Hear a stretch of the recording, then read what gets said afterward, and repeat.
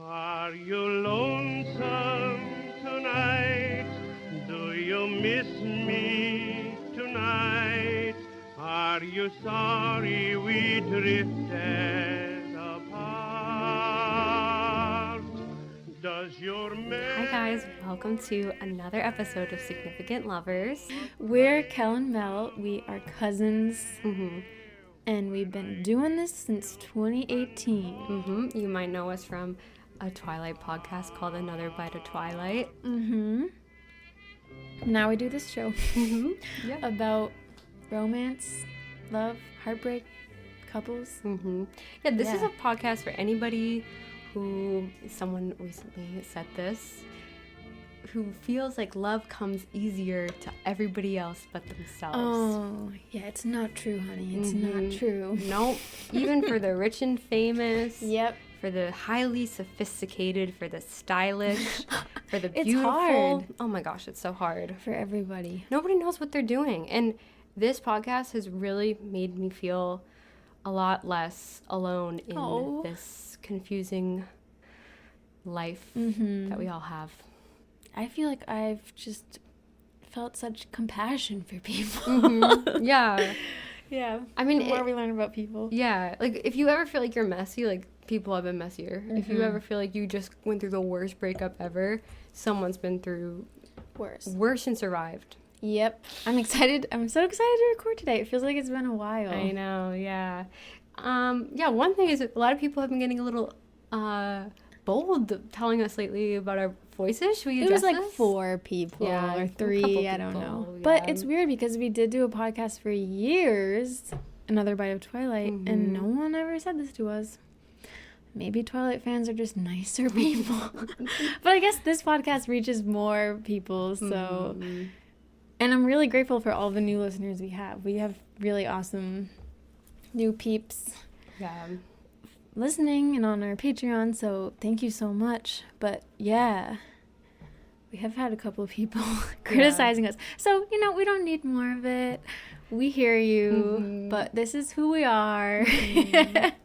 This is just how we sound. So I'm not going to a speech language pathologist. I'm not going to change my voice. It's just how we talk. And Yep. Yeah, someone said I sometimes talk with a baby voice. I just have a youthful voice. Exactly. That's just me. and that person also said, this person said they said that we're very sweet and Okay, that well thank you. researched, which, that's the part I'm going to focus on. Yeah. Did say that it sounds like I'm chewing on my Invisalign. I don't Mel have doesn't Invisalign. have an I don't have Invisalign. it. I don't even wear a retainer. Yeah. So. Yeah, but we've gotten a ton of super sweet messages and nice reviews. And if you guys like the show, we really appreciate a review. Yes. But yeah, it happens. But yeah, we don't need any more of that. We No already more. know. No. We hear. Hopefully they listen to this episode. Yeah. Anyways, so today's episode, it's a tough one. It's a one that's been requested a few times, but it's quite tragic. oh God. It is the love story of America's Prince, JFK Jr., the little boy saluting his father's casket. Who could forget him? And his beautiful bride, the mysterious Carolyn Bessette. Sorry, I'm only laughing because of the bravado we put on. It is very serious. No, but I'm really excited. I have always wanted to learn more about the Kennedys, but I never really have. I feel like I'd like to someday sit on the beach with a big book about them. Oh, yeah. Oh, But- my gosh. But you're going to teach me a lot. Doing I don't know this- anything. So, obviously, there's a lot of conspiracy theories about the Kennedy family. And doing this episode, it made me really understand why there are so many conspiracies. Because I used to think, well, it's a big family. Obviously, a lot of tragedy is going to happen if you have Yeah. that many people in your family. Like, bad stuff happens to everyone. But what are the odds that, like, all these people in this one family meet all these untimely, tragic public Yeah. deaths? It's awful. Can't be a coincidence. No, I mean, I bet there's like the JFK assassination.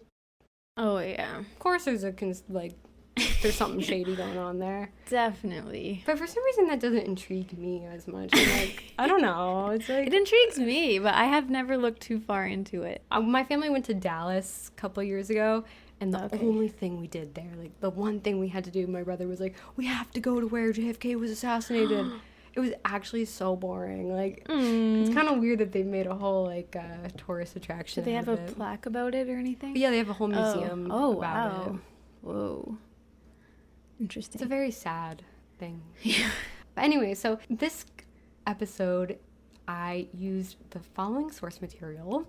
America's Reluctant Prince, The Life of John F. Kennedy Jr. by Stephen M. Gillen. This is the book I probably used the most. Okay. And then another book called What Remains, A Memoir of Fate, Friendship, and Love by Carolyn Bessette, who is John's cousin's wife. So John's cousin named Anthony, he'll come up throughout this episode. Okay. That's John's, like, best friend cousin, kind of like me and Kelly. Aww.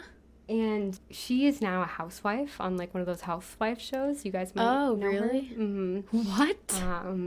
And then there's another book called The Kennedy Curse by Edward Klein, which I think is a little controversial, but I just included because there's a lot of salacious material in that as well. Mel, how could you use that book? Get out of here. What 3 words would you use to describe this relationship? I would say fiery. Oh. Good looking. Nice. And tragic, of course. Isn't it nice when they're good looking? I know. Oh my God, it makes all the difference. I mean, this episode really made me realize too, like, just how much people love good looking people. Yeah. Because, like, even so true. You guys might know that, like, there's a lot of conspiracies about JFK Jr., specifically with QAnon and how they believe that he's secretly alive. And he's been a Trump supporter all this time. What? A couple years ago, they believed that he was, like, going to come out at a rally and, like, back up Trump. And I was like, that's kind of cute that they, like, really want to believe that. And I think it's because he's so good looking. That they're like, we really want this guy to be on our side because he's, like, this all-American hunky guy. I think that's part of the appeal with the Kennedys in a way. Like, and I think people want to have a good-looking politician. Oh, 100%. That's why, oh my gosh, that's why the Kennedys were so popular. And, like, when JFK and Jackie hit the scene, like, they were the most stylish presidential couple that anyone had ever seen. And, like, this is the first time that, like, they had TVs showing the presidential family. Yeah. I mean, you have to be competent. Mm-hmm. And it is unfair. But people definitely prefer a competent person who is also nice to look at. Exactly. Easy on the eyes. Makes all the difference. Mm-hmm. But yeah, I mean, you guys know who JFK Jr. was? I don't know that much. I need background. All right. So he's obviously the son of the late JFK and his wife Jackie. He was in his mom's belly during the presidential campaign for his dad. And he was born premature on November 25th, 1965 in Washington, D.C. with an older sister, Carolyn, who's like 3 years older than him. And he was the youngest child to live in the White House since Esther Kennedy in 1893. Oh. And Americans just loved having kids in the White House. It was so exciting to have a little baby in the White House.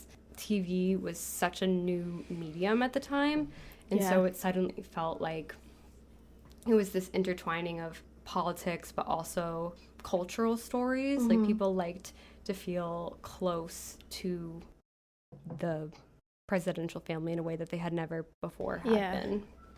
Makes sense. Like, public interest stories and politics were crossing over. His parents had a pretty troubled marriage. JFK was a serial cheater. And so he definitely took advantage of TV to paint this wholesome image of their family. Darn it. Mm-hmm. And he really relied on the 2 little kids, John, who went by John, and Carolyn for public support. John. This author, Stephen Gillen, says that there was a steady stream of sanitized images of a mythical portrait of the Kennedys that represented the ideal American family, healthy, happy, and devoid of conflict. But that obviously was not true. JFK American dream. He would go to parties with Jackie and then go hook up with like an intern in the next room. He was really kind of sleazy. Mm-hmm. He also had a lot of health problems too that people didn't know about. I know. People want us to do them too. We probably will someday, but Yeah. I feel like it's going to be a downer. I think it's sad, but I do think it's like they still loved each other. Like Jackie still loved him and would just turn a blind eye. Like there was a sense of acceptance with it. Yeah. So much cheating. I know. But John and his dad did have a pretty silly relationship for the couple years that they knew each other. He would hide underneath his dad's desk, and he would secretly take gum from him because Jackie wouldn't let him chew gum. And Jackie was also a very protective mom of John and Carolyn, but she did really want her kids to live a normal life, and she frequently would fight with the photographers and with the press and also with the Secret Service. And she would just really clash with them about how involved the Secret Service were to be in their life. Like, even one time, John had almost drowned in a pool, and Jackie got mad at the Secret Service because she didn't want them to help save the kids from drowning because she saw that as her responsibility as a mom. Interesting. And she said that the Secret Service could only step in if someone was trying to kidnap or take the kids away. Oh, what? So they couldn't intervene, like, in normal accidents that could happen to every other child. I see. Mm-hmm. I mean, I guess I see what she's saying, but you'd think that if they were gonna die, he would want some help. Exactly. Yeah. But thankfully he didn't drown that day. What? Cut that out, actually. Well, I think people know. I mean, his life was really marked by tragedy very early on because, as you know, his father, JFK, was assassinated when John was only just shy of 3 years old. Very famous picture of John saluting his dad's casket. And this author, Stephen Gillen, wrote, "That salute by that little boy in the blue at his father's casket cemented the belief that John would be the natural heir to his father's legacy. One of John's greatest achievements was his ability to accept those expectations with enormous grace while never allowing them to distort his core sense of self." And so people always saw him as like a prince in a way that, I don't know, I almost feel like while reading this book, he was like Hamlet or Simba. Yeah. Like people just expected that someday he was going to take over for his father and be president. And of course, like he even had the same name. Right. And so there was just a huge burden placed on him at a very young age. I do think people do kind of see the Kennedys as an American royalty. Mm-hmm. Yeah? Yeah, definitely. I mean, there's just this closeness and familiarity with them. Yeah. After his father died, it was pretty traumatic for him. The family had to move 3 times in that next year. And his mom was very unavailable because she was so depressed with the grief of her husband dying. And he was described as very restless and rambunctious and mischievous. And some speculate that was maybe an outgrowth of the trauma that he experienced. I know that he had been on Ritalin from a very young age. Seemed like he had ADHD or something. And he was just very kind of a class clown, I guess you could say. He had a lot of cousins that he was really close with, especially his cousin Anthony Radziwill on his mom's side. Me and my cousins and you and your cousins. His mom also, like, in the grief of JFK dying, she really projected that idea of Camelot to the American people, which came from a quote that she had said. Like, for a brief second, there was Camelot, which meant that all was perfect if JFK had just not died. This, like, ideal way of life for the American people would still be going on. And again, this author said that JFK Jr. symbolized a lost world, a world to which many Americans wished to return. Underlying this desire was a belief that John would one day lead the nation back to the promised land, a time that existed more in people's imaginations than in reality. And so with that idea of Camelot placed upon the legacy of JFK, it inadvertently burdened the expectations onto JFK Jr. that, like, someday he would carry out this false reality that people could go back to, especially with the nostalgia for the 1950s. Right. And he experienced just a lot of other trauma. Then his uncle, Bobby Kennedy, was later assassinated when John was only 7 years old, which was probably even more traumatic because he actually knew Bobby and he had kind of stepped up like a second father to him. That's insane. Mm-hmm. Wow. And then, like, there was obviously a lot of fear that, like, the kids weren't safe and something was going to happen to them. And it just created this huge sense of anxiety throughout the rest of his childhood. I bet. But some speculate God. that caused him to live on the edge even more because he almost had this fearlessness about him. I could die anytime. Who cares? Yeah, he had this sense of, like, Yeah. nothing really matters. Oh, man. And he also, his mom remarried when he was a tween. I don't know the specific age, but to a man named Aristotle Onassis, who was this really rich Greek man. I don't know what he really did. Businessman. Yeah. And John had a somewhat complicated relationship with him, but he also died when John was only 15 years old. Jeez. And actually, John's stepbrother through that marriage, Ari, actually died in a plane crash when John was 13. There's just a lot of fucked up. Yeah, a lot of tragic things happening. Wow. Excuse my language. But yeah, so then as a teenager, John attended Phillips Academy where he studied acting. And he wanted to study acting professionally in college, but Jackie wouldn't let him. She actually submitted his college application to Brown University, where he studied pre-law. He also played rugby and was in a frat and acted in a few plays. Didn't know he was an actor. Whoa. Whoa. Yeah, he was really a Renaissance man. He did a lot of different things. He was described in school as having attention deficit, being popular, warm and funny, humble, adventurous, a lover of life. He had an ironic sense of humor and loved telling stories. He didn't take himself too seriously. He was handsome, a gym buff, always working on his body, never met a mirror he didn't like, 6'1" with rock solid abs. Okay, sounds good. Metrosexual. Yeah. Metrosexual. He loved getting facials. Really? Mm-hmm. And he was just extremely patient with people. Like, people would come up and grab him and talk about him. Some people would even heckle him, like, say bad things about his dad. And he never really reacted to it. He kind of had a... What a chill dude. Mm-hmm. He seems like a really popular guy. Like, I definitely would But have in had a good way? Yeah, in a good way. Like, he was the kind of popular guy that's, like, still nice to people. That's nice. Mm-hmm. He was invited to everything. And before dating Carolyn, he was a little bit of a womanizer. He'd often overlap with his girlfriends. Womanizer, womanizer, womanizer. But I guess his reasoning for that was to throw off the press so they wouldn't know who he was dating. But he always had to seem like he was in a relationship so people wouldn't hound him. I feel like that's just an excuse. But he dated Madonna for 6 months in the 80s. What? I guess she later said that he had a frightening temper. And he, in the mid-90s, had a really serious relationship with an actress, Christina Haig.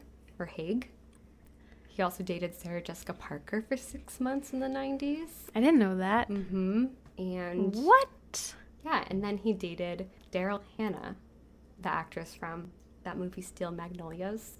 Oh, I've never seen it. Ugh. Wish that I was having an easier time talking. Okay, so then, who is Carolyn? Carolyn. This is really confusing because there's Carol Radziwill, who wrote that book, and then there's also his sister Caroline, and then there's Carolyn. That is confusing. So these Caroline. these women are really gonna cause some confusion throughout this episode. But Carolyn was born on January 7th, 1966 in White Plains, New York. I guess that makes her a Capricorn. She was very into astrology, actually, and would always guess people's signs when she met them.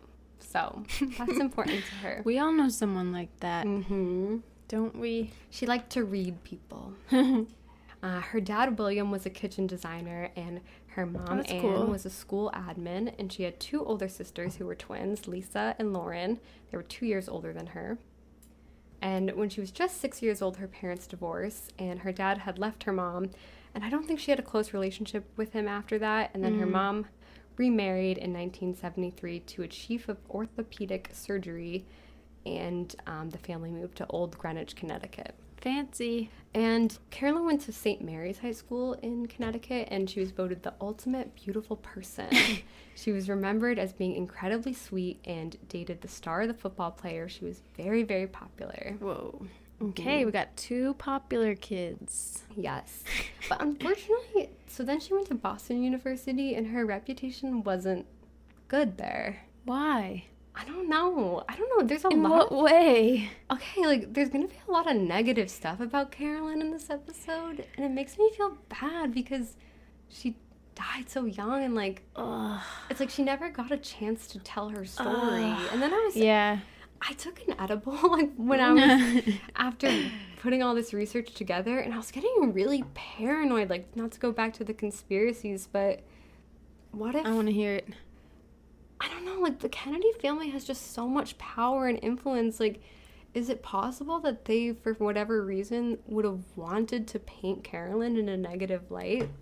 Oh, do you think this information came out after she was with him or after she died? A lot of it did come out while she was with him, too. Okay. But I don't know if that's just because their relationship was breaking down so much that, like, do you think it's possible they, like, wanted her to seem like a bad guy in the relationship? I think it's possible. It's reminding me of You, like, you know, that family in the show You new season.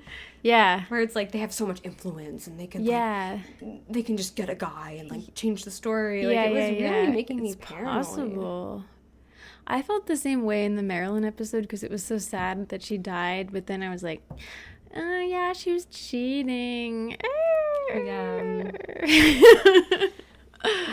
It's just sad because it's like she died.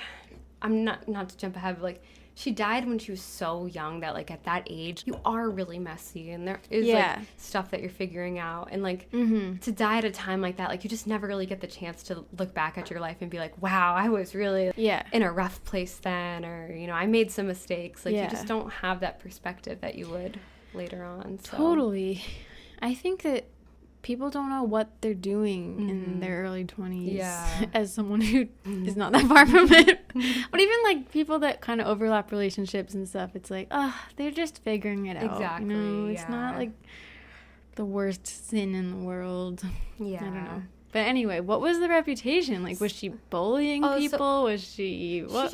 So she wasn't in any clubs or did any sports. And that's not a big deal. She never made Dean's List. Who cares? That's fine. Yeah. But she was very much known for her active social life, dating a lot of influential men on campus, and people would describe her as a boyfriend stealer. I guess a friend she worked with remembered that she had one time said, a friend said that it didn't matter if the men that she desired were already in relationships. Carolyn had apparently once plotted to steal her boyfriend, so her friend's friend, her friend's boyfriend, who was a hockey player, and she would pretend to be humble and then turn around and be a complete snob when she was hanging out with the fashion people. Oh. And while at BU, she worked at the Calvin Klein store in Chestnut Hill. And a friend that she worked with remembers that she asked who her dream guy was, and Carolyn responded, John F. Kennedy Jr. I'm going to get him. I'm going to move to New York, and I'm going to get him. How do people always do this? It's crazy. Power of manifestation. I know. Wow. You know, okay, that's really shitty of her, and I'm not excusing it, people. But she probably was really insecure. Yeah. That's the only reason people act that way. You know? Yeah, exactly. It gives them a power trip. Yeah. But deep down, she was probably so insecure about herself that she had to put up this fake self. Yeah. That makes me really sad, though, because she was so beautiful. Especially to be voted by her high school as the ultimate beautiful person. That's true. Why are you so insecure? I don't know. But maybe a lot of people who are always regarded for their looks, like, they don't know what else to fall back on. Yeah, true. So. I mean, she might need constant validation that people still think she's attractive, or it's still working, blah, blah, blah. That's so true. You know? I guess when asked what she wanted to do with her life, she said, I want to be famous. Maybe if I hook up with the right guy, I'm going to be famous. I mean, yeah. I want to be famous. You can sell this for $1 million. Because I'm going to be famous. That's from Degrassi. So she received her degree in early childhood education. Didn't really use that, though, because after graduation, she did marketing for clubs and continued to work at the Calvin Klein store, where she was then spotted by the president of Calvin Klein's women's collection, and he invited her to move to New York, where she would have a job accommodating celebrity clients. Just because she was good looking. Yeah. Oh my God. Yeah. She just had this essence about her that was so attractive to people. And she wasn't intimidated by any celebrities. She just acted very nonchalant and chill around them. How did she get this confident? I mean, it sounds like her parents were wealthy, but like kitchen designer, I don't get it. I'm not sure. I really don't know. And she had a little bit of a fiery personality. So before dating John, she had been in a relationship with the Calvin Klein model named Michael Bergen. And in this one article with the writer of that book, The Kennedy Curse, he had apparently said, "There was one time when Carolyn saw me at a bar lighting a cigarette for an ex-girlfriend. Carolyn came over, pushed the girl out of the way, got in my face and screamed and yelled at me and even drew a little blood from my face. I went home and 2 minutes later, Carolyn was at my door. I had to let her in or she would have knocked the whole building down. I had these tall, heavy religious candles and she threw one through the window, smashing the window pane and another at the mirror above the fireplace mantel, which shattered. Then she knocked the television set and VCR onto the floor and jumped on my VCR and squashed it." Oh my God. I think I just fried the mic. Caroline, rest in peace. I know. But that's so bad. I know. That's really bad. Lindsay Lohan breaking windows. Wow. Well, it's entertaining. Yep. No, for us. It is. Again, Sucks for them, she's but young. She's in her 20s. She's figuring stuff out. But a VCR at that time was a lot of money. Yeah. If you knew someone like that, I'm sorry, you would not stand them, probably. Yeah. So, but I think that kind of personality, really attracted John to her. Because he liked a little wild side in his ladies. Because he was a little wild, too. He loved to live on the edge. Right. He probably liked that. Mm-hmm. So they met at a Paul Newman charity event. And I'm not really sure, since Carolyn had said that she always wanted to meet him. I wonder if she somehow, met someone through her job and, arranged for them to meet at this. Maybe. Just seems too serendipitous to be a coincidence. But they're both somewhat in relationships. So Carolyn was dating that Calvin Klein model, Michael Bergen. So kind of a new relationship. And John had been in a relationship with Daryl Hannah, the Steel Magnolias actress. I bet that didn't stop either of them. It didn't. John was instantly attracted to Carolyn's mesmerizing charm and how independently minded she was and not afraid to voice opinions without seeming nervous around him. This Vanity Fair article by Edward Klein says, "John once told a friend, 'I'm attracted to strong-willed women like my mother.'" Very Freudian. Carolyn was not just a strong-willed woman. She could be demanding, domineering, and according to even her best friends, downright bitchy. Some people felt that John overlooked her faults because he was blinded by her glamorous Jackie O style. In her own edgy, modern way, Carolyn was as chic as Jackie. She dressed with the simple elegance that John adored. Like the ethereal Jackie, Carolyn affected an air of mystery and unavailability, which drove the media crazy and sustained the public frenzy that John found exciting and fun. And like Jackie, Carolyn was very controlling, which made him feel protected and cared for. Downright bitchy. So after meeting at that charity event, John then went to the Calvin Klein store and got styled by her, and he purchased 3 suits. Wow. And then he even asked her on a date. He got tickets to a play, but Carolyn actually got stuck at work and never called, never showed up. Oh, she stood him up? Mm-hmm. Oh my God. And that really attracted John to her even more, because he's used to women throwing themselves at him, and then suddenly this woman is acting like she doesn't really care at all. Wow. But she actually did care. I feel like that should be a red flag, but whatever. Yeah. Apparently Carolyn would tell her friends, oh, I don't care about him, and then she would stay home and, sit by the phone and wait for him to call. Of course. Mm-hmm. And then so Carol Radziwill, Anthony's wife, remembers that one time they were all at their summer house. I forget where it was, maybe in the Cape or somewhere. Mm-hmm. And she saw Carolyn like sneak out of John's room one night. But apparently that was very short-lived because then they both went back to their prospective relationships. John kept dating Daryl Hannah for the next 2 years. And 2 years? Mm-hmm. And Carolyn kept dating her boyfriend, Michael.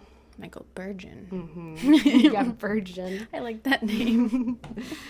So they stayed in touch, though. Like, they were kind of in similar orbits. I think John always kept tabs on Carolyn to see what she was up to. Keep her on the back burner. Mm-hmm. No, keep her as an option. So then it's 1994, and sadly, Jackie was diagnosed with non-Hodgkin's lymphoma.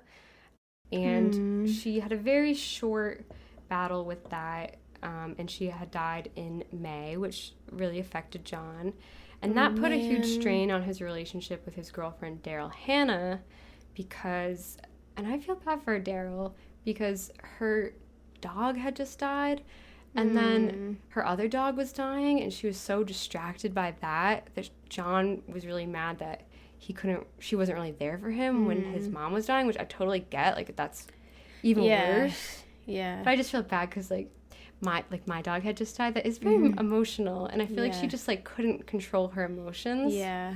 Why were both her dogs dying at the same time? I don't know. Wow. So I guess, like, one of Jackie's last weekends, she made John, like, come to a funeral for the dog, and like that really pissed him off, I guess.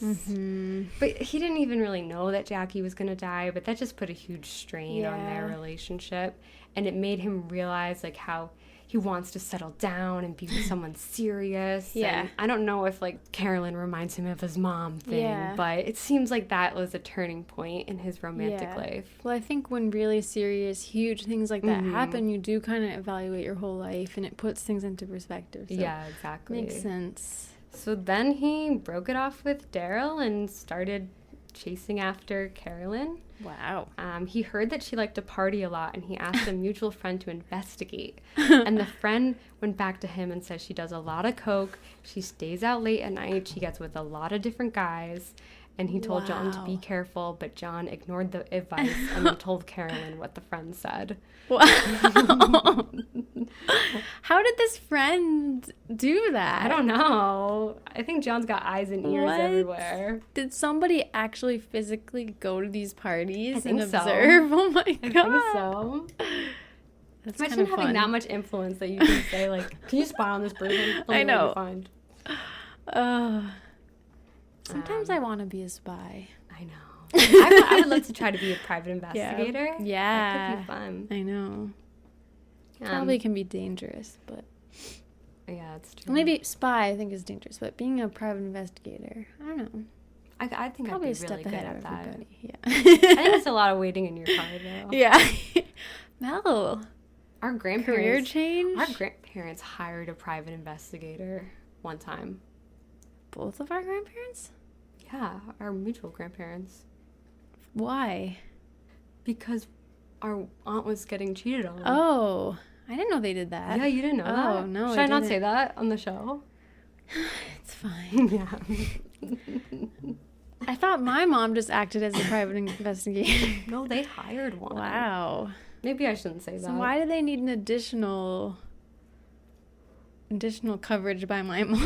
No, I think your mom just, maybe she wasn't satisfied with the job the investigator was doing. I know it's bad to be like nosy and stalking someone, but I think it's warranted if someone's having an affair. Yeah, I have the urge to do something like that. Right now? Is there a situation? No, there isn't a situation, but I just want something like that to happen, and then I can investigate. Mm-hmm. But I would want to do it for a party that I'm not as emotionally invested in. Like, I would hate to be investigating for a friend and then have to break the news to them that you're getting cheated on. Yeah. It would be fun to be involved in a stranger situation, though. Yeah. I feel like I just haven't had anything that suspicious happen within my social circle. Yeah. Because that's a good thing. It's very funny. I think then Carolyn was like, you shouldn't hang out with that friend anymore. She was very offended. Anyway. John considered her the first girlfriend who could see beyond the veneer of his fame and celebrity. Oh, and then in nice. that November, John introduced Carolyn to his sister Caroline and her husband Ed. And Carol Radziwill says that this interaction was awkward and that Carolyn gave John a warm hug and then just said to Carolyn, "Nice to meet you." And that Caroline supposedly didn't like that Carolyn was a big partier and very opinionated. Like, she kind of already got off on the wrong foot with the family. I see. But things were getting pretty serious very soon. That spring, Carolyn moved into John's Tribeca apartment, his Tribeca Lucky. penthouse. Oh, my God. And then that summer, for the 4th of July, they went to Martha's Vineyard, and John invited Carolyn to go fishing. And she was not a nature girl. She didn't like fishing. She really didn't want to go, but she did. And then on the boat, John got down on one knee and said, "Fishing is so much better with a partner," and pulled out a replica of his mother's engagement ring. Wow. And Carolyn didn't say yes right away, but she wore the ring anyway and told friends that they'd eventually get married. And apparently she just wasn't in a hurry. She was only 29 years old. And Carol Radziwill theorized that Carolyn would have preferred to be secretly engaged forever without having to actually get married. And she thought that the fantasy would be better than the reality of it. Interesting. I'm surprised and she was so crazy about him. I know.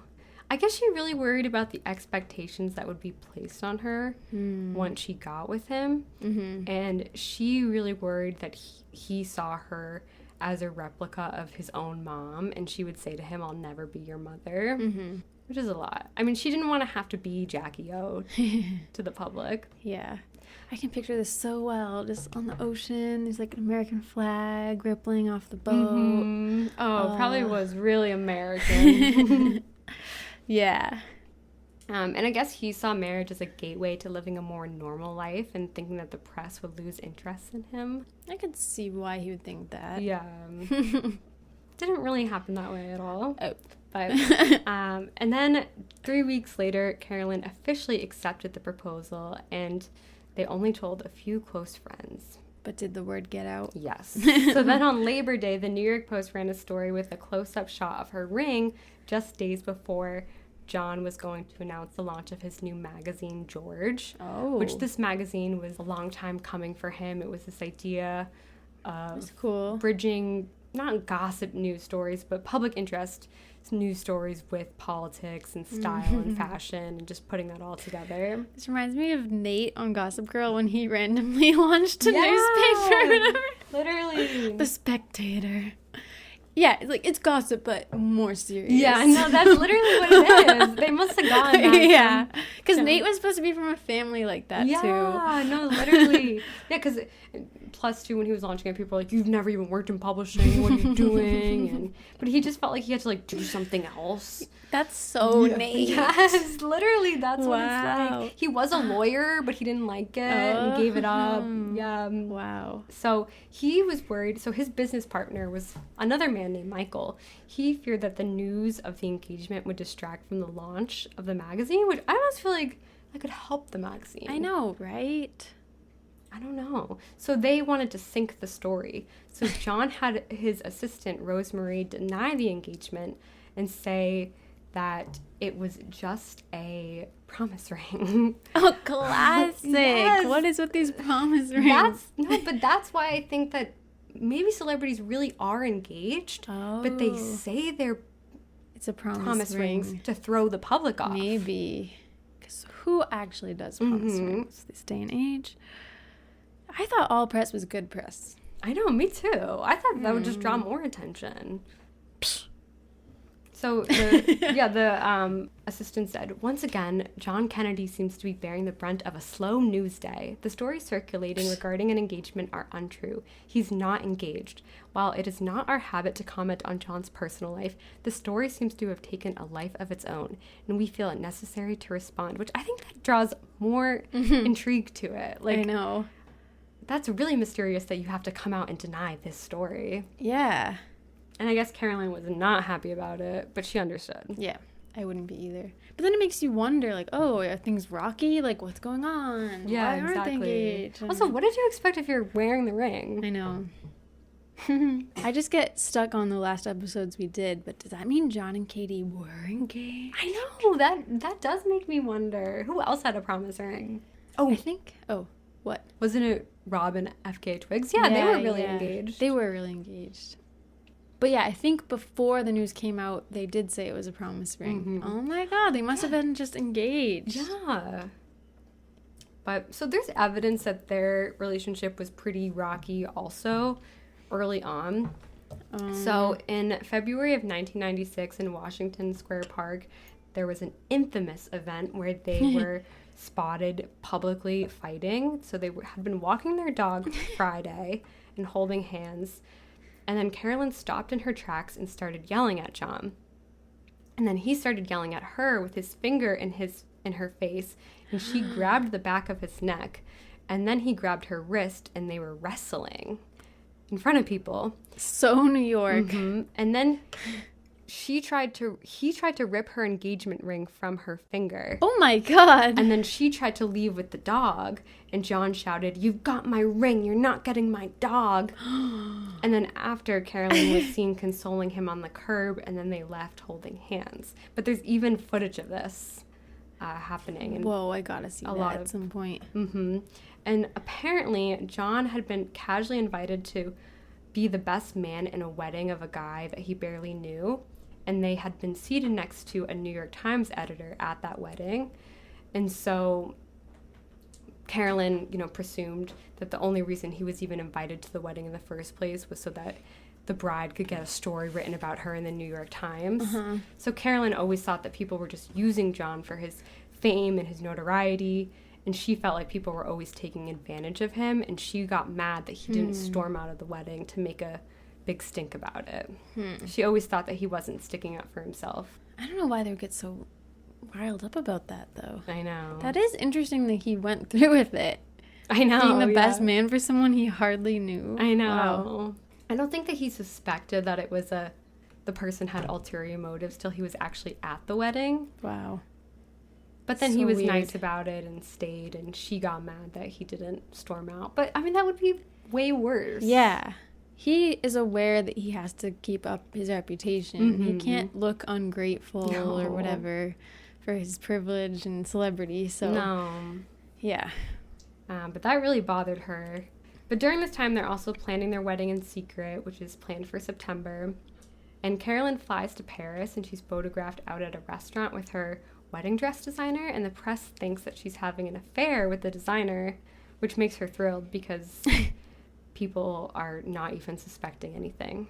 It makes her thrilled. So then their wedding is in September on the Cumberland Island, which is a small island off the coast of Georgia. And they have their wedding at the First African Baptist Church, which is a very small wedding, or small church. There's only 11 wooden pews. There's no air conditioning or electricity. Wow. It's That's very cute. Yeah, it's very secret and intimate. There's only 40 guests. Wow. The wedding party gets dressed up in a small house near the chapel, and John even invites the elderly maid to be at the wedding, which is crazy because there's like barely anybody at this big wedding. That's nice. Mm-hmm. And apparently John is late to the wedding because he can't find his shirt. So it ends up getting really dark, and the guests had to use flashlights and candles to light the room. Oh, that's cool. And it was lightly showering outside. And apparently Caroline, John's sister, made snide comments about the fact that Carolyn was late to her own wedding, which I thought John was the reason they were late, but she didn't like that. And she also didn't like that Carolyn wore heels on the beach. And apparently this led to them not getting along later on. Why does that matter? I don't know. Heels on the beach. I think Caroline just probably got a bad vibe from Carolyn. Yeah. Especially since she seemingly was temperamental. Yeah. Maybe she felt like she was ruining the heels or something. And Maybe. Thought that But was who cares? bratty. I don't know. Yeah. Maybe it was like their family money. Wait, it was probably her family's. I don't know. Yeah. I'm not sure. But so then John's cousin, Anthony, who's the best man, he gave a speech and said, "We all know why John would marry Carolyn. She is smart, beautiful, and charming. So what does she see in John? A person who over the years has taken pleasure in teasing me, playing nasty tricks, and in general torturing me. Well, some of the things that I guess might have attracted Carolyn to John are his caring, his charm, and his very big heart of gold. It might sound corny, but it is true love, and it has brought all of us who love John a great deal of happiness, knowing that he will have someone as special as Carolyn by his side for the rest of his life." Aww. I don't think we've ever had any wedding speeches on this podcast. Yeah, that might be the first I don't think one. we've had access. Wow. I know. I don't know how people even know what he said, because there was no paparazzi or reporters at this wedding. But then afterwards, they released a statement to the Associated Press about it.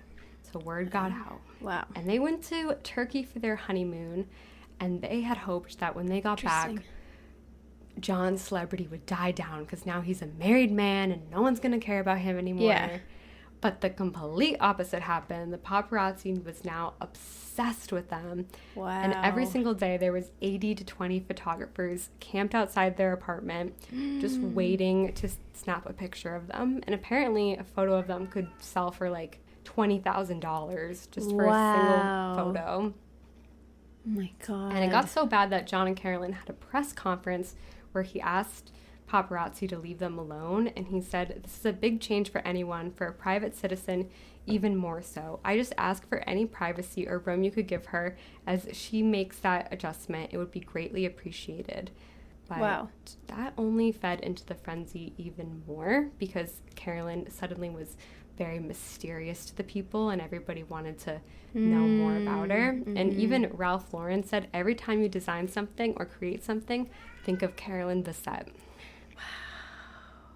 I actually just bought this New York magazine that was like 100 Years of It Girls, and I think she was one of them. Yeah, the people were obsessed with them. Their first formal outing was at the Whitney Museum Gala, and they were crowned by the New York Post as New York's king and queen. Wow. And once again, she was compared to Jackie Kennedy.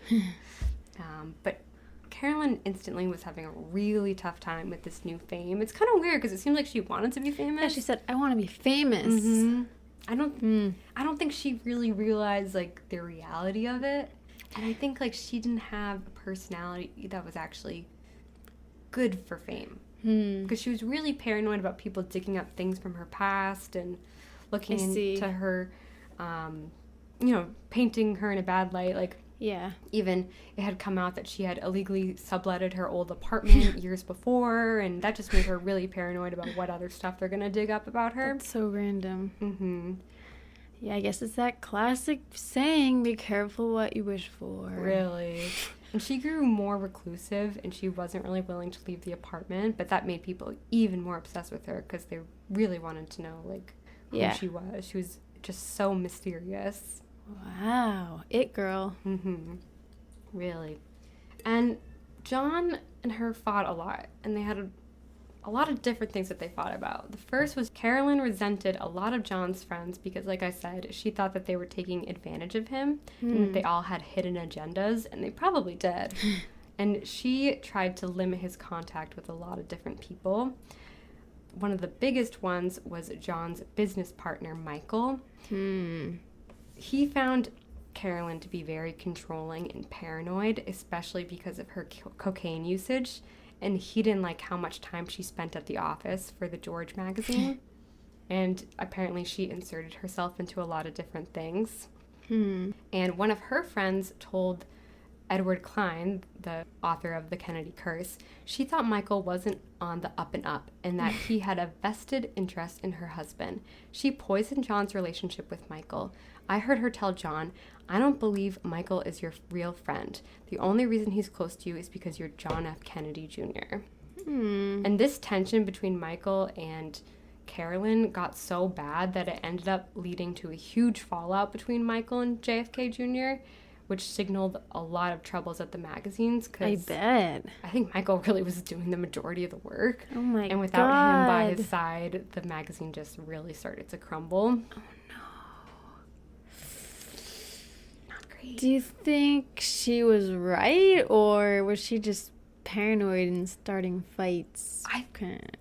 I mean, maybe, but I think, I mean, a lot of people did tell the press negative stories about Carolyn. So obviously, I'm sure there were a lot of people who John couldn't trust. Yeah. And I don't think that anybody could really, if you're that famous, like, you always probably have to be wary of a lot of different people.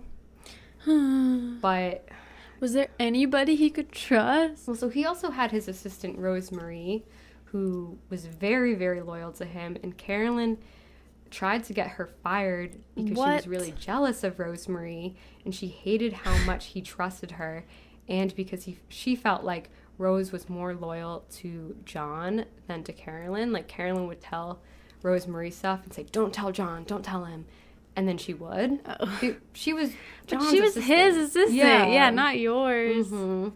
I get probably everybody was trying to take advantage of him, but it is kind of shitty to act like I'm the only person you can trust. Exactly, yeah.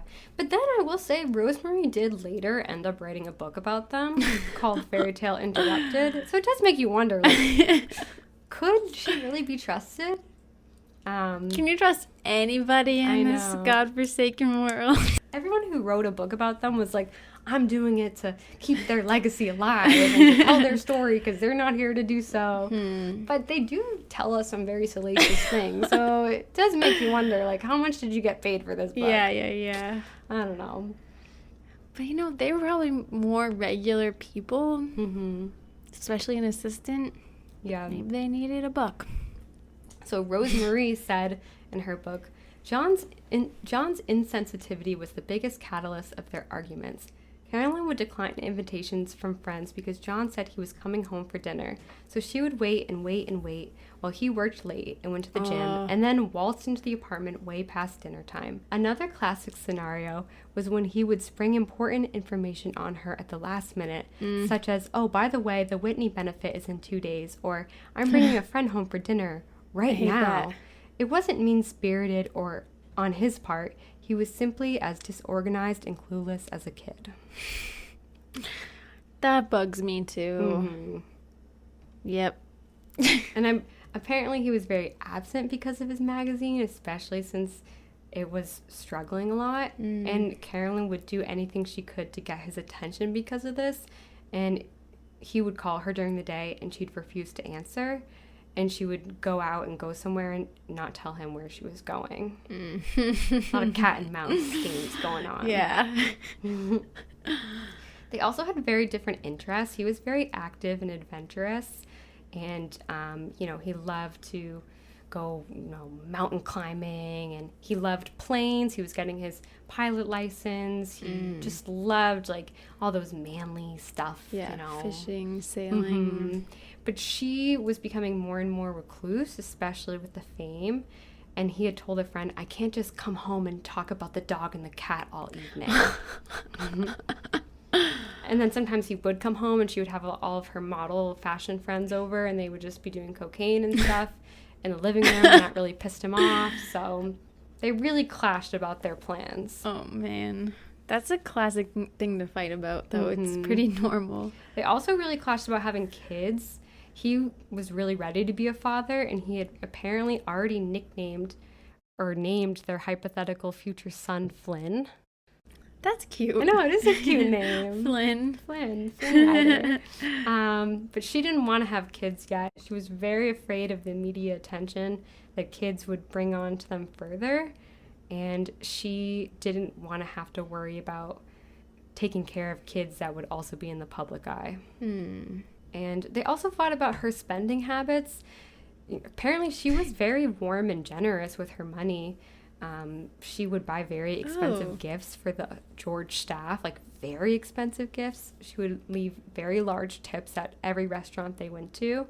And she was very nice, too. At this time, John's cousin Anthony, he was battling cancer.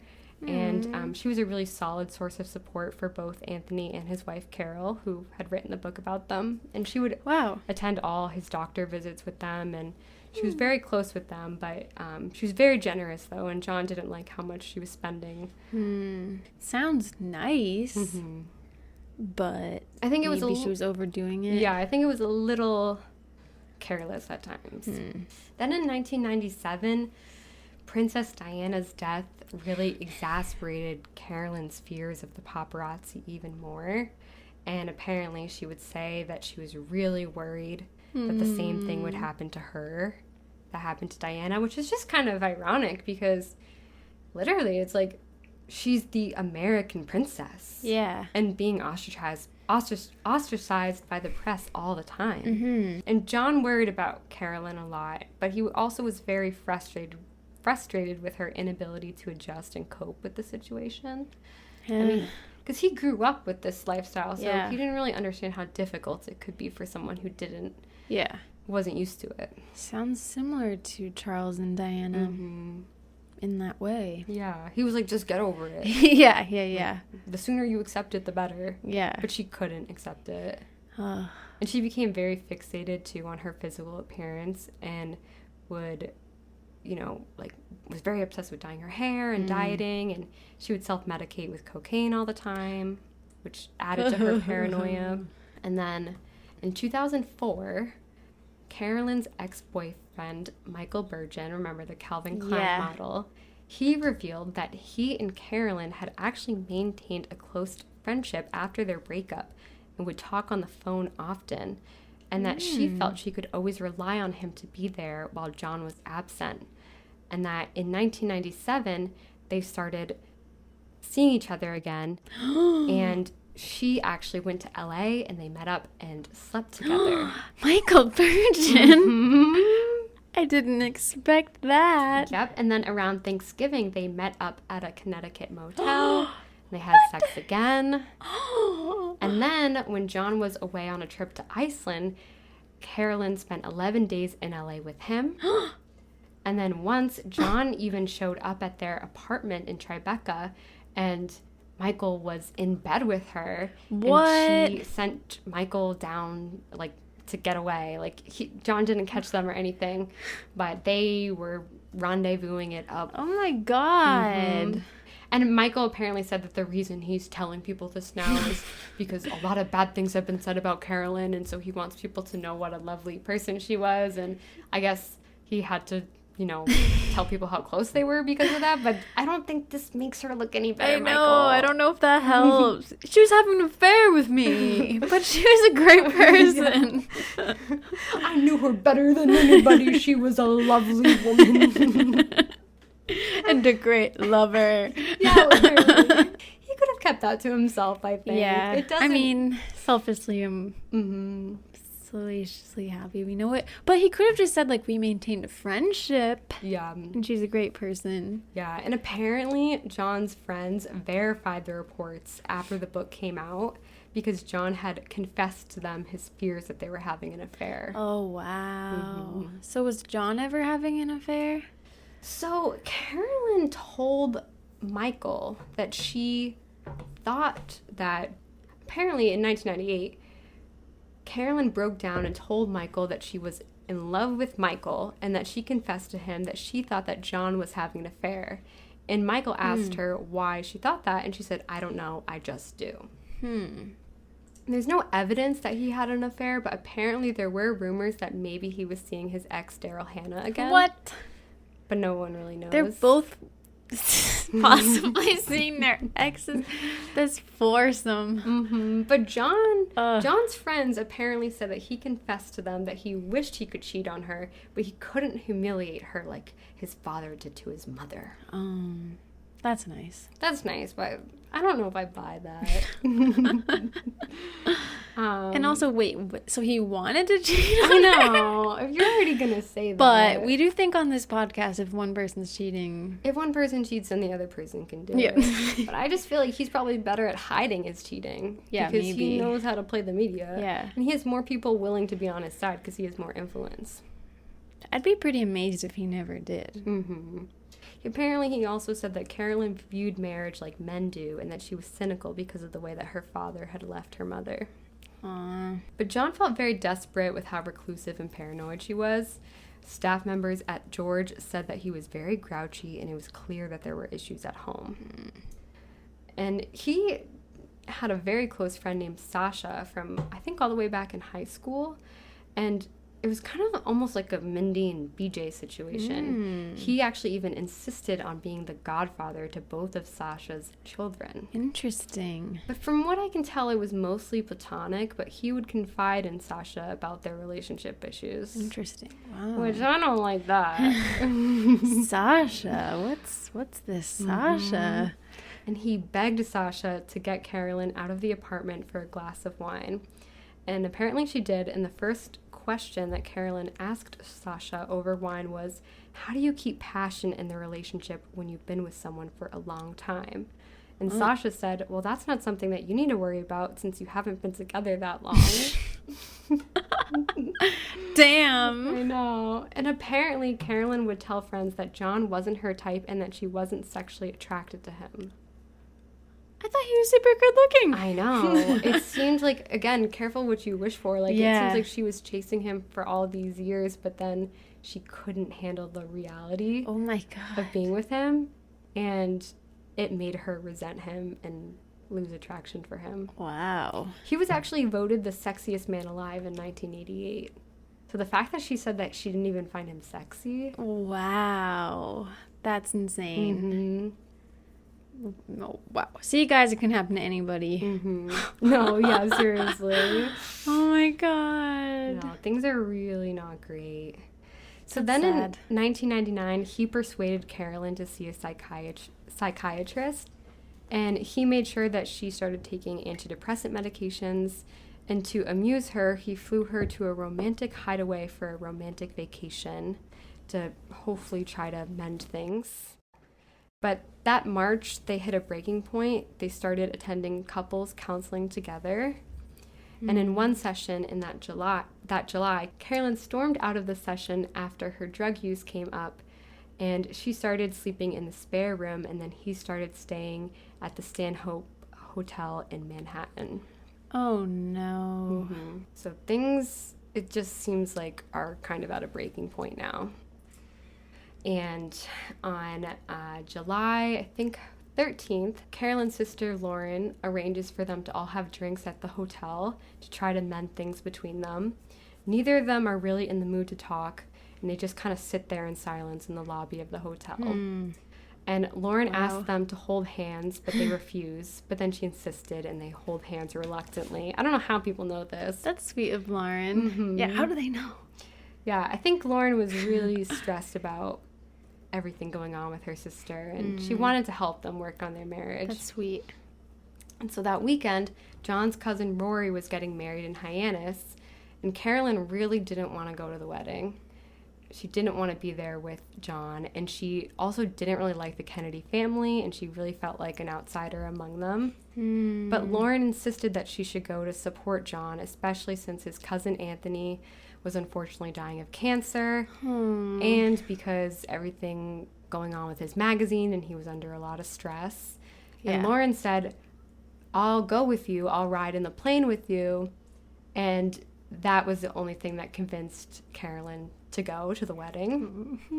And so the plan was that they were going to fly to Martha's Vineyard and drop Lauren off in Martha's Vineyard to be with her friends for the weekend, and then they would go to Hyannis for the wedding. Okay. So that evening, actually, John even called up a friend while in the Stanhope Hotel and confessed all the problems going on in his marriage. Wow. He was lying on his bed and said, it's falling apart. Everything is falling apart. He said, I want to have kids, but whenever I raise the subject with Carolyn, she turns away and refuses to have sex with me. He also said, it's not just about sex. It's impossible to talk to Carolyn about anything. We've become like total strangers. Oh my God. And then the next day, on July 16th, they were supposed to fly out of New Jersey during the day, but Lauren got delayed with work. And then there was a lot of traffic, so they didn't fly out of New Jersey until 8:33 p.m. And at this time, weather conditions were pretty hazy. And John had just purchased this flight only 3 months before. And Wait, flight or plane? Oh, sorry, this plane. It's a little prop plane, basically. Okay. He had been interested in planes his whole life, by the way. Like, even from as young as a toddler flying on Air Force One with his dad. Wow. Even the last time he ever even saw his dad was when he was taking off on the plane and he was waving to his dad. from the tarmac. So planes were a lifelong obsession for John. But he wasn't that experienced of a flyer. He had only 310 hours of flight experience. But because he had this sense of fearlessness about him, he was a lot more reckless than he probably should have been. Was he certified? He was certified, okay. Yeah. Wow. So then at 8:40, the plane disappeared from radar screens, but John never issued any emergency warnings during the flight or anything. And then at 2:15 a.m., the Kennedy family reported to the Coast Guard that the plane had not arrived, and the Coast Guard started a search and rescue effort at 4 a.m. Oh my God. And then over the next couple of days, the tent that was erected for the wedding of Rory Kennedy became a site for friends and family to gather and pray for the safe return of John, Carolyn, and her sister Lauren. Oh my God. That's really, I mean, it's a tragedy for everyone, but that's really sad for Rory. I know. Like that would happen to the wedding. I know. Very sad. I know. I think that's they had nightmare. Her wedding a few months later. I know. Wow. It's awful. I know. Think of all the planning that goes into it. It's supposed to be the happiest day of your life. Mm-hmm. Oh my God. I know. And then, unfortunately, on July 19th, debris from the plane was found, including luggage and personal items, floating in the Atlantic Ocean about 7.5 miles west of Martha's Vineyard. And then on July 21st, the wreckage of the plane, including the engine, is located on the ocean floor at a depth of 120 feet. And then the bodies of John, Carolyn, and Lauren were all recovered from the crash site. That's so tragic. Mm-hmm. Oh. And it's believed that the crash... So there was a whole investigation that lasted until March 2000. But oh my God, it sounds like I'm crying now. It's believed that the crash happened around 9:40 after John became disoriented while flying over the ocean and was unable to maintain control of the plane. Oh my God, that's so scary. Yeah. And it's speculated that it took him about only 3 minutes from realizing there was a problem until the plane had crashed. And it's really sad. In her book, Carol Radziwill says that she always thinks about that whenever anything takes 3 minutes. She's like, you know, it's a segment on the news or something. It's like whatever you can think of that takes 3 minutes, like that's how much life can change in that short amount of a time. I feel like crashes often occur in private jets or planes or small planes. I know. Well, I don't want to go on one. I mean, it makes me think about like Kobe Bryant. Like, a lot of celebrities fly all these like small planes all the time. And they're so used to that ease of travel that sometimes they might be putting themselves into dangerous situations, flying in hazy conditions just for the convenience of it. And I don't think John, he wasn't an experienced enough pilot in order to like know what to do in a situation like that. That's so sad. And some people speculate that the stress and state of their marriage may have also been a contributing factor. Yeah, maybe. Like he wasn't totally on it. A little distracted. Yeah. He had also just a few months before had broken his foot and he had a boot on. But I don't know if his foot might have been a little bit recovered by the time the flight, like he was cleared to fly. That could have also been a factor as well.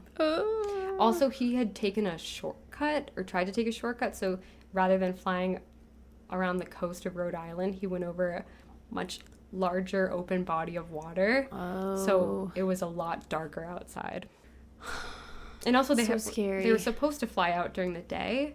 So it's just so sad. Like if all these things didn't have happened, they might still be around today. My God. I know.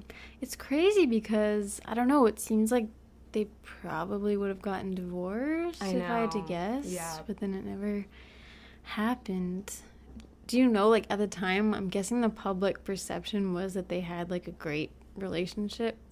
I think so, yeah. I mean, even that book that Rosemary wrote is called Fairy Tale Interrupted.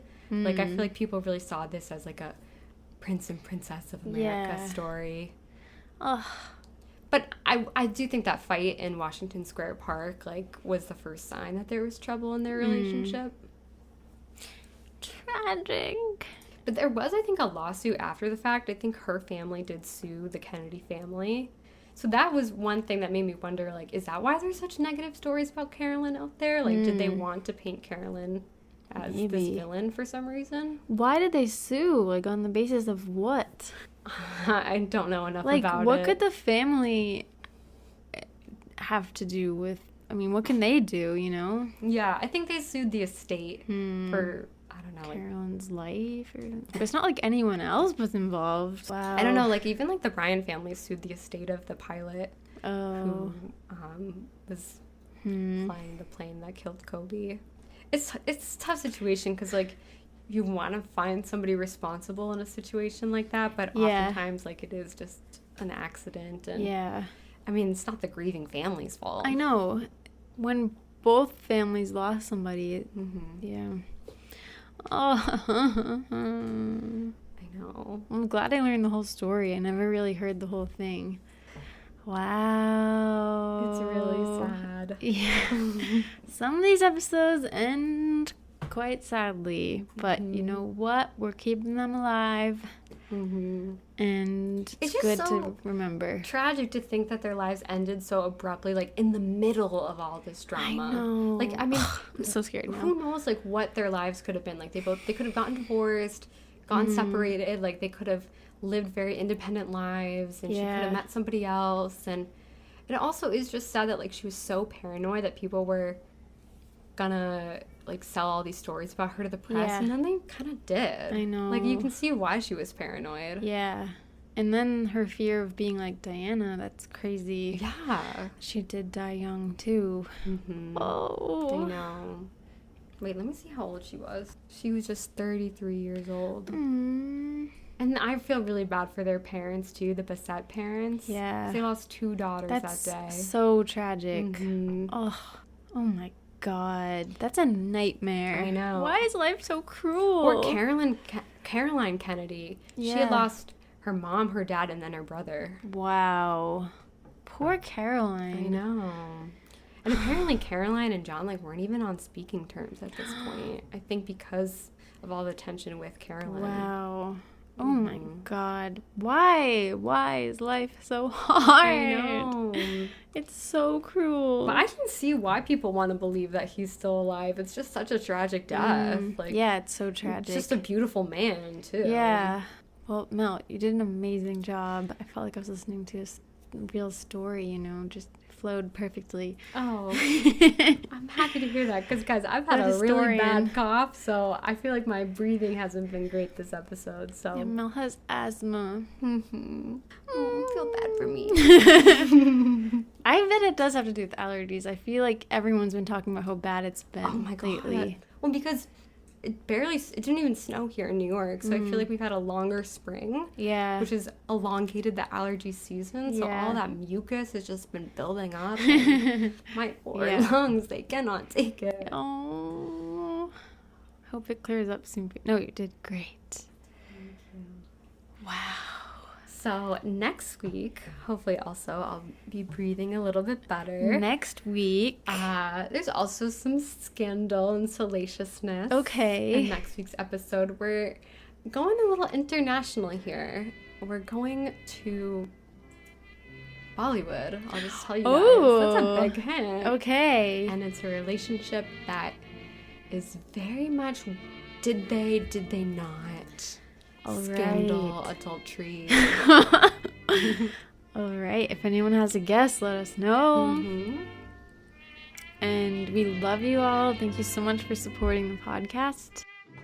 And we'll get back together next week.